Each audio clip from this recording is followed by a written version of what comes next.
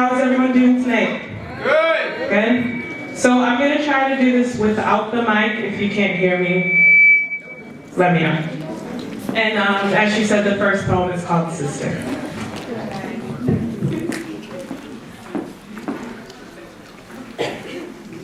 Sister. It seems like this generation of black women don't know the meaning of that word anymore. It's like it's been erased from our vocabulary and replaced with the hoe, a slut, or the ever so descriptive fake-ass bitch. We make assumptions out of pure nothing, side glances and trash talk. No wonder we call each other stank, often forgetting that our lineage all derives from the same place, and it's really our differences that make us the same, so let me just be your sister. I'm not saying we have to be BFFs or even friends, but if we remain opponents in this game of life, none of us will ever win. Let me be your ally. As women of color, we are already on the defense, so why not join forces and start defending each other? As women of color, we are already 50 steps behind, so I could use each and every one of you by my side. Let's build an army and base it on black pride, because when we attack each other, our community is committing suicide. And I'm not trying to make this an us versus them thing. I'm just trying to make this an us thing. No more light skin versus dark skin. I cringe at the thought thinking that they are better. I cringe at the thought of anyone thinking that they are better than their counterpart solely based on melanin. No more natural hair versus relaxed. Just because I chose to do away with the chemicals does not mean I look down on any girl still on the creamy crack, because whether it's short, kinky, curly, pressed, as long as your hair is healthy, then I think it is beautiful. And I would also like to say, fuck this ethnicity hierarchy bullshit. I was on Twitter one day and I came across a tweet that read, "There are two things I would never wish upon anyone in this world, and that is being Haitian and dark skinned." I am damn proud of my Haitian heritage, but pride doesn't always have to translate into superiority. Let's go. We may rep different flags, but we're all going through the same struggles. Nigerian, Jamaican, Haitian, Bayesian, we are all equal. I should have tweeted that girl back and told her to get off her imaginary pedestal. We may not like each other, but we should definitely respect each other. And ladies, why do you always let men get in the way of your sisterhood? You argue over men that fuck you both at the same time, but you're willing to give each other black eyes for the black lies that he told you. You see, in one way, shape, or form, we're always opponents.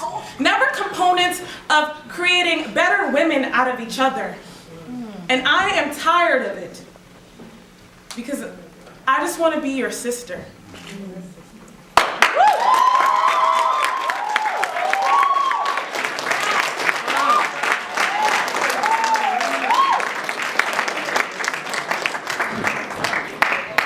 Snap, tweet, and then at me, please.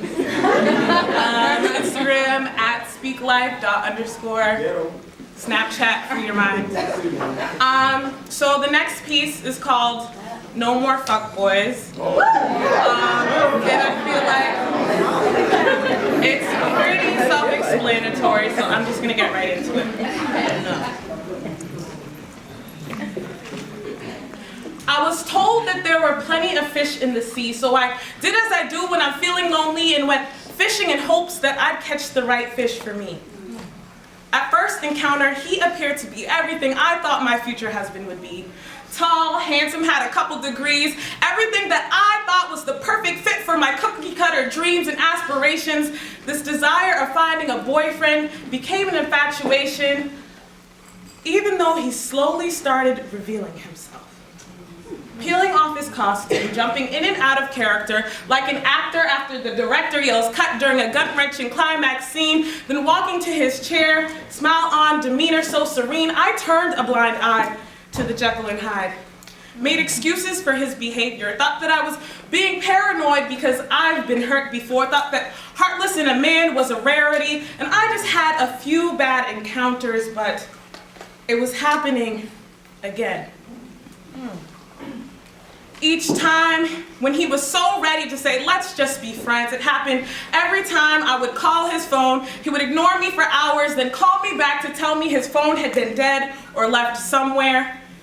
It happened every time I would ask a question and he would deflect it and put it all back on me. It happened every time he said he was into the same things that I was into, but when the topic came up, it never got that deep. Meanwhile, he was quick to get deep inside. Let's go. Even though it was in a subtle way, he brought it up every time we touched and kissed. Even though I had made it clear that I had wanted to wait, I ignored it. Because he made me feel beautiful. He made me feel intelligent. Everything that came from his lips was pure perfection. He told me shit that I already knew, but it was a more significant form of validation coming from the mouth of this dude. I let the fun, the good times, and this desire cloud my judgment. I was searching, waiting for something greater to be the reason I let him go. All of the small shit I questioned, but I just swept out of the door, and inevitably, it came. Although I cried crazy tears, thought of each way I could get him back, infuriated because I told him about all the hurt that I've encountered in the past, manipulated me, and still did that same shit. I wanted to flip his shit, blow up everybody's DMs, exposing his fuckboyness. Let's go, sis. But then I realized he was a fuckboy, but I let him be. I let the fuckboy take control of my emotions so I could feel complete. I let him in, commit sins on my mind and my body. I was naive, but I wasn't numb because I could feel every knife he stuck into me. I wasn't strong enough to let go the moment I felt uneasy because I'd rather be with a fuckboy than start all over again with someone else, or even worse, be alone.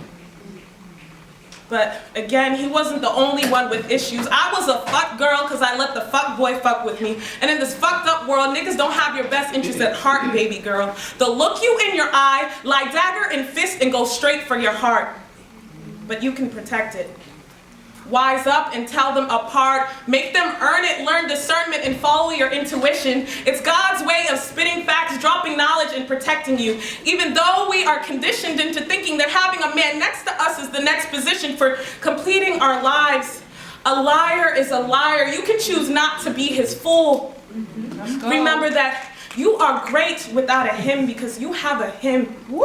Speak on it. So please, please learn from my experiences and don't let these fuckboys in. Woo!